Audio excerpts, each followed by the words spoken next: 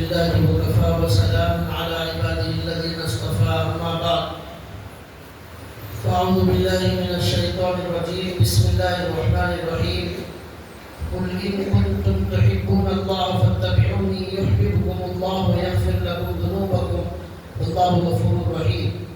وقال تعالى ومن الناس من يتخذ من دون الله أندادا يحبونهم كحب الله والذين آمنوا أشد حبا لله.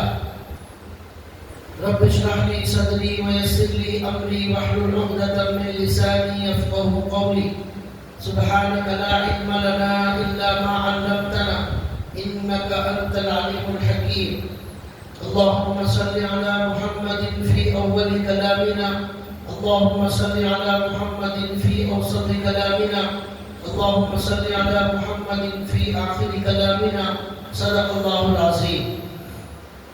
محترم دینی بھائیوں، رمضان المبارک کا مبارک مہینہ الحمدللہ شروع ہو چکا ہے اور ہم اس کے پہلے جمعہ میں حاضر ہوئے ہیں. قرآن کریم کی ایک دو آیتیں میں نے آپ کے سامنے تلاوت کی ہیں.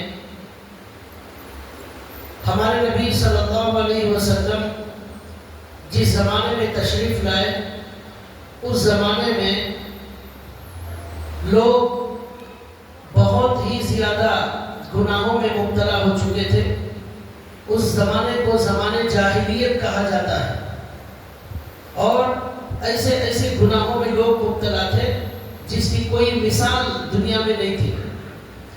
ایسے لوگوں پر ہمارے نبی صلی اللہ علیہ وسلم نے محنت کی اور ان کی کایا پلٹ گئی. اب سوال یہ ہے کہ ہمارے نبی صلی اللہ علیہ وسلم نے ان لوگوں کو کیسے بدل دیا، ان کے اندر یہ انقلاب کیسے آیا، یہ تبدیلی کیسے آئی. رمضان المبارک کے مہینے میں یا دیگر موقعوں پر ہم مسلمانوں کو بیان کرتے ہیں نماز کے بارے میں، روزے کے بارے میں، زکوٰۃ کے بارے میں، لیکن پھر بھی بہت سارے مسلمان آج بھی اللہ سے دور ہیں، آج بھی مسجدوں سے دور ہیں اور بڑے بڑے اللہ والے محنت کر رہے ہیں، بہت ساری جماعتیں محنت کر رہی ہیں، لیکن وہ تبدیلی نظر نہیں آ رہی ہے، وہ انقلاب نظر نہیں آ رہا ہے. ہمارے نبی صلی اللہ علیہ وسلم ایک اکیلی ہستی پورے کی پورے انسانوں کو بدل دیتے ہیں، پورے عرب کو بدل دیتے ہیں، پورے علاقے کو بدل دیتے ہیں، شرک کو مٹا دیتے ہیں، کفر کو مٹا دیتے ہیں. یہاں ہزاروں لوگ محنت کر رہے ہیں، ہزاروں علماء، ہزاروں اللہ والے، ہزاروں جماعتیں، تنظیمیں، تحریکیں، لیکن کوئی تبدیلی نظر نہیں آتی. تو کیا ہے؟ تو اللہ تعالیٰ نے اس کا جواب قرآن کریم میں دیا ہے کہ ہمارے نبی صلی اللہ علیہ وسلم نے جو محنت کی تو اس میں صحابہ اکرام کے دل میں ہمارے نبی نے اللہ کی محبت کو سب سے بٹھا دیا. پہلے دل میں اللہ کی محبت جب انسانوں کے دل میں بٹھائی جاتی ہے تو ان کا دل بدل جاتا ہے اور وہ انسان بدل جاتا ہے، اس کی سوچ بدل جاتی ہے، اس کا اندر کا باطن بدل جاتا ہے، اس کا ظاہر بدل جاتا ہے. تو ہمارے نبی صلی اللہ علیہ وسلم نے قرآن کی آیتوں کے ذریعے سے صحابہ اکرام پر جو محنت کی اس میں ان کو یہی بتایا کہ دنیا میں آنے کا مقصد وہ ہے اللہ تعالیٰ کی محبت اپنے دل میں پیدا کرنا، اور دنیا کا سب سے بڑا مالدار انسان وہ ہے جس کے دل میں اللہ کی محبت ہوگی. سب سے بڑا کامیاب انسان جو دنیا سے جائے گا وہ ہے جس کے دل میں اللہ کی محبت ہوگی. اللہ کی محبت سے خالی دل اگر ہم لے جائیں گے آخرت میں، اللہ کی محبت سے خالی ہوگا، اس سے بڑا محروم کوئی انسان نہیں، اس سے بڑا ناکام انسان کوئی نہیں. یہ ہمارے نبی صلی اللہ علیہ وسلم نے لوگوں کے دلوں میں اللہ کی محبت بٹھا دی، اس کی وجہ سے ان کے دل بدل گئے. اب ان کو بہت زیادہ بیان کرنے کی ضرورت نہیں. روزے کے بارے میں، زکوٰۃ کے بارے میں، رمضان کے بارے میں، راتوں کی عبادت کے بارے میں، ذکر کے بارے میں بہت زیادہ بولنے کی ضرورت نہیں ہے. ہمارے نبی صلی اللہ علیہ وسلم کا سب سے لمبا بیان جو ہے وہ صرف 9 منٹ کا ہے. سب سے بڑا بیان حجۃ الوداع میں حج کے موقع پر آخری بیان ہمارے نبی صلی اللہ علیہ وسلم نے حجۃ الوداع کے موقع پر بیان کیا، وہ 9 منٹ یا 10 منٹ کا بیان ہے، اس سے زیادہ ہمارے نبی بیان نہیں کرتے تھے۔ ہمارے نبی کا بیان 1 منٹ کا، 2 منٹ کا، 3 منٹ کے، 4 منٹ کے ہوا کرتے تھے۔ اب یہاں جو ہمارے بیانات ہو رہے 9 منٹ تو شروع میں وہ خطبے میں ہی گزر جاتے ہیں، اور پونا گھنٹہ بھی ہو جاتا ہے ابھی بیان ختم نہیں ہوتا، 1 گھنٹہ بھی ہو جائے بیان ختم نہیں ہوتا۔ لمبے بیانات ہیں، عمل کچھ نہیں ہے۔ وہاں بیان چھوٹا تھا اور عمل بہت زیادہ تھا۔ یہ انقلاب، یہ تبدیلی، یہ فرق کیوں ہے؟ وہ اس لیے ہے کہ ہمارے دلوں میں اللہ کی محبت نہیں ہے، اور صحابہ اکرام کے دلوں کے اندر اللہ کی محبت پہلے سے موجود تھی۔ اب ان کو زیادہ بولنے کی ضرورت نہیں ہے۔ جس کے دل میں محبت ہوگی وہ اللہ کی محبت میں کبھی روزہ نہیں چھوڑے گا، کبھی تراویح نہیں چھوڑے گا، کبھی تہجد نہیں چھوڑے گا، کبھی گناہ نہیں کرے گا، کبھی آنکھوں کا گناہ نہیں کرے گا، وہ کبھی اللہ کو ناراض کرنا نہیں چاہے گا۔ یہ فرق ہے ہم میں اور صحابہ اکرام کے اندر۔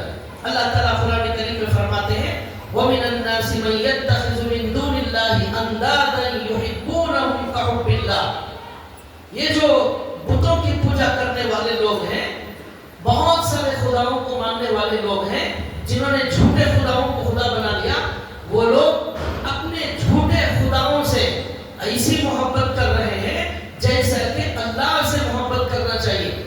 اللہ سے محبت کرنا چاہیے، وہ چھوڑ کر جھوٹے خداؤں سے ایسی محبت کر رہے ہیں۔ والذین آمنوا اشد حبا للہ۔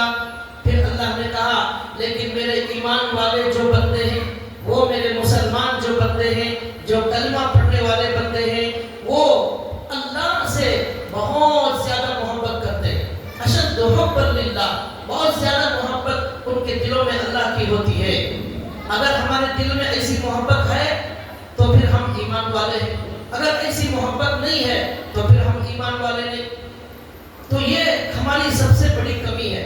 اب رمضان کا مہینہ بھی خوب عبادت کرنا ہے، خوب اللہ کو راضی کرنا ہے، خوب منانا ہے، خوب دعاؤں میں لگنا ہے، ذکر میں لگنا ہے، تو پھر اس کا آسان طریقہ یہ ہے اللہ کی محبت اپنے دل میں پیدا کرے۔ یہ چنگاری محبت کی جب دل میں آ جاتی ہے تو پھر عمل کرنا آسان ہو جاتا ہے۔ جب محبت نہیں ہوگی، بزرگوں نے لکھا ہے اللہ کی محبت سے اطاعت کرنا آسان، عبادت کرنا آسان ہو جاتا ہے، اور اللہ کا ڈر دل میں ہوگا، اللہ کا خوف دل میں ہوگا، اس کی وجہ سے گناہ سے بچنا آسان ہو جاتا ہے۔ لیکن اللہ کا خوف نہیں ہے، وہ گناہوں سے نہیں بچے گا، اللہ کی محبت نہیں ہے، وہ عبادت میں آگے نہیں بڑھے گا۔ یہ ہمارے نبی صلی اللہ علیہ وسلم نے صحابہ کے دل میں اللہ کی محبت بٹھائی، اور قرآن کریم میں اللہ نے جگہ جگہ بتایا کہ ایمان والے جو بندے ہوتے ہیں وہ اللہ سے بے پناہ محبت کرتے ہیں۔ دنیا کے اندر ہم جس سے بھی محبت کرتے ہیں تو اس کے اندر کچھ وجوہات ہوتی ہیں، کچھ چیزیں ہوتی ہیں جس کی وجہ سے ہمارے دل میں محبت ہوتی ہے۔ دنیا میں ایک انسان دوسرے سے محبت کرتا ہے اس کی خوبصورتی کی وجہ سے، اس کے اندر حسن ہے، خوبصورتی ہے، اس کی وجہ سے وہ انسان سے محبت کرتا ہے۔ تو آپ سوچئے اللہ تبارک و تعالیٰ کی ذات دنیا میں خوبصورتی کو پیدا کرنے والے ہیں، تو وہ اللہ کتنے خوبصورت ہوں گے۔ حدیث میں آتا ہے کہ ہمارے نبی نے فرمایا کل قیامت کے دن آپ سب لوگ ایمان والے اللہ کو دیکھیں گے، اللہ کا دیدار کریں گے، ساری کی ساری دنیا کرے گی۔ تو صحابہ نے پوچھا یا رسول اللہ اتنے سارے ایمان والے اللہ کو دیکھیں گے تو کیسے دیکھیں گے؟ ایک ایک آدمی جا کر دیکھے گا، کتنے سال لگیں گے اللہ کو دیکھنے؟ تو ہمارے نبی نے سمجھایا ایک چاند کو پورے کے پورے انسان ایک ہی وقت میں دیکھتے ہیں، کوئی پریشانی نہیں ہوتی، اور اس میں لائن میں آنے کی ضرورت نہیں پڑتی، اور الگ الگ آنے کی ضرورت نہیں پڑتی۔ اسی طرح اللہ کا دیدار ہوگا، چاند کی طرح ہوگا، سب لوگ دیکھیں گے اور کسی کو کوئی پریشانی نہیں، اپنی اپنی جگہ بیٹھے رہیں گے۔ اب آپ سوچئے اللہ تعالیٰ کا جب دیدار ہوگا وہ کیا عالم ہوگا، وہ کیسا منظر ہوگا۔ جس اللہ کے لیے پوری زندگی روزہ رکھتے تھے، دیکھے نہیں تھے، پوری زندگی نماز پڑھ رہے لیکن ہم نے دیکھا نہیں ہے، اور پوری زندگی گناہوں سے بچ رہے لیکن دیکھا نہیں ہے، وہ حدیث میں آتا ہے ایک بڑا محل بنایا جائے گا، اس کے اندر چاندی کی، سونے کی، موتی کی کرسیاں بچھائی جائیں گی، اس کے اندر پھر پہلے انبیاء، پھر شہداء، پھر صحابہ، پھر علماء، جس کا جو درجہ ہے وہ حساب سے بیٹھتے چلے جائیں گے، اور پورے کے پورے کلمے والے بیٹھے ہوئے ایک بہترین شربت پلائی جائے گی۔ وہ پلانے کے بعد اللہ تعالیٰ وہاں پر اعلان کریں گے کیا میں نے آپ کو ساری نعمتیں دے دی؟ تو لوگ کہیں گے اللہ بے شک آپ نے ہمیں ساری نعمتیں دے دی ہے، کچھ باقی نہیں ہے، سب مل گیا۔ جو قرآن میں وعدہ کیا تھا آپ نے جنت کا، وہاں کی حوروں کا، درختوں کا، سواریوں کا، وہاں کے جنت کے بستروں کا، جنت کے محلات کا، سب مل گیا۔ اب اللہ کہیں گے اب ایک بہت بڑی عظیم نعمت اس سے بھی زیادہ ملنے والی ہے۔ تو اب لوگ پوچھیں گے اب وہ کیا ملنے والی ہے؟ تو اللہ کہیں گے اب اللہ کا دیدار ہونے والا ہے، اللہ تعالیٰ کو آپ کی یہ گنہگار آنکھیں دیکھنے والی ہیں۔ تو چونکہ اس وقت اللہ تعالیٰ، اس وقت اللہ پردہ ہٹائے گا، جب پردہ ہٹے گا تو اللہ تعالیٰ کا دیدار ہر مسلمان اور ہر جنتی کو ہوگا، اور اللہ کا نور، اللہ کی خوبصورتی ایسی ہوگی، اس کے اندر چمک اور نور ایسا ہوگا، ہر انسان جتنا خوبصورت تھا اس سے زیادہ حسین انسان ہو جائے گا۔ اللہ کے نور کی تجلی چہروں پر پڑے گی، ہمارے چہرے چمک جائے گے۔ اب یہ پھر وہ جو ہے اپنے گھر میں جائے گا تو وہاں کی بیویاں کہیں گی آپ پہلے سے زیادہ خوبصورت لگ رہے ہیں، تو لوگ کہیں گے یہ حسن اللہ کو دیکھنے کی وجہ سے ہمارے اندر آ گیا ہے۔ وہ کیسا حسن ہوگا؟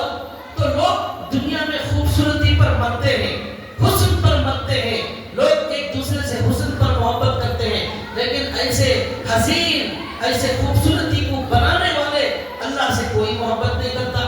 حضرت یوسف علیہ السلام کے بارے میں آتا ہے کہ حضرت یوسف علیہ السلام کو اللہ نے دنیا کی آدھی خوبصورتی دی، آدھی خوبصورتی ساری دنیا کو، آدھا حسن خالی حضرت یوسف علیہ السلام کو دیا گیا۔ کیسا اللہ نے خوبصورت بنایا؟ بھئی اوپر کے بچے بہت آواز کر رہے ہیں، جو بڑے حضرات ہیں ان کو بچوں کو منع کریں۔ تو یوسف علیہ السلام کو آدھی خوبصورتی، کیسا عجیب حسن تھا ان کا۔ وہاں قرآن کریم کے اندر 12ویں پارے میں موجود ہے کہ کچھ عورتوں کو ہاتھ میں پھل دے کر بٹھایا گیا، ہاتھ میں پھل اور چاقو تھا۔ یوسف علیہ السلام ان عورتوں کے سامنے سے گزرے، وہ عورتیں یوسف علیہ السلام کو دیکھ کر اپنا ہوش کھو بیٹھی، اور چاقو پھل کاٹنے کے بجائے اپنے ہاتھوں پر چاقو چلا لیا، ہوش نہیں رہا، اور انہوں نے کہا یا بشرا یہ ان ھذا الا ملک کریم ما ھذا بشرا ان ھذا الا ملک کریم، یہ تو انسان ہو نہیں سکتا، یہ تو فرشتہ ہے۔ ایسا خوبصورتی ہمارے یوسف علیہ السلام کو اللہ نے دی۔ وہ اللہ خوبصورتی تقسیم کرنے والے، وہ خود کیسے حسین جمیل ہوں گے۔ ہمارے نبی صلی اللہ علیہ وسلم کو یوسف علیہ السلام سے زیادہ خوبصورت بنایا گیا۔ اما عائشہ نے کہا وہ عورتیں جو یوسف کو دیکھ کر ہاتھوں کو کاٹ لی تھی، وہ میرے نبی کو دیکھتی اپنے دل پر چاقو چلا لیتی۔ یہ ہمارے نبی کا حسن تھا۔ ہمارے نبی جب سوتے تھے پسینہ ٹپکتا تھا، وہ پسینہ جو ٹپکتا تھا بوتل میں ان قطروں کو بیویاں جمع کر لیتی تھی، پسینے کو بوتل میں جمع کر لیتی تھی۔ وہ پسینہ اتنا خوبصورت تھا کوئی عطر اس کا مقابلہ نہیں کر سکتا تھا۔ یہ ہمارے نبی کے پسینے کا حال تھا، خوبصورتی ایسی تھی، چمک ایسی تھی۔ اما عائشہ کہتی ہیں کہ ہمارے نبی کے قریب جا کر اندھیرا بھی ہو سوئی میں تاگا ڈالنا آسان ہو جاتا تھا، ایسا نور ہمارے نبی کے چہرے سے نکلتا تھا۔